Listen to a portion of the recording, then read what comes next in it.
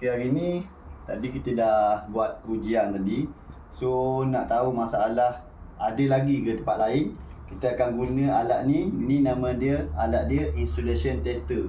Insulation tester ni dia akan buat ujian untuk mengenal pasti jika ada kebocoran, leakage untuk antara wire lah. So bila dia ada leakage, ada shortage, dia akan berbunyi.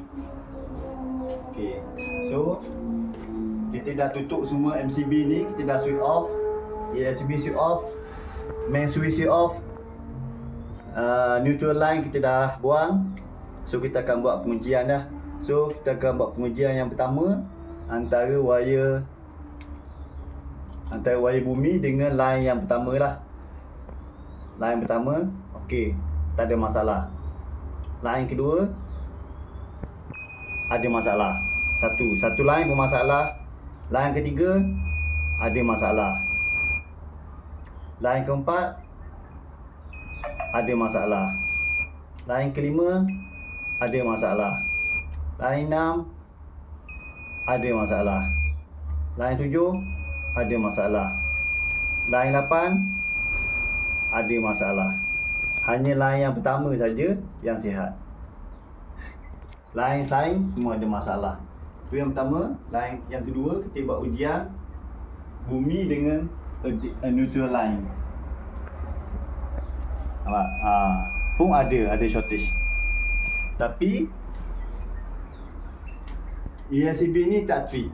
Maksudnya rumah ni memang ada masalah. Memang ada masalah, tapi ELCB tak trip sebab earding line ada masalah atau putus dan sebagainya. So kerja yang pertama kita akan buat, kita akan betulkan earding. So bila kita betulkan earding nanti confirm bila kita open yang ni akan trip. Kenapa dia trip? Menandakan rumah dia ada masalah.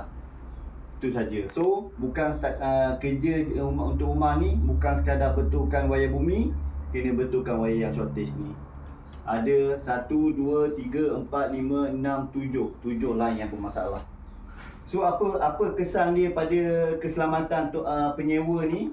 Kalaulah wire tu dah shortage, memang dah ada shortage, so dia akan berlaku heating, pemanasan. So katakanlah pemanasan tu berlaku tempat yang mudah terbakar, sarang tikus ke, daun ke, kayu dan sebagainya, rumah ni sangat berisiko untuk berlakunya kebakaran. Itu saja.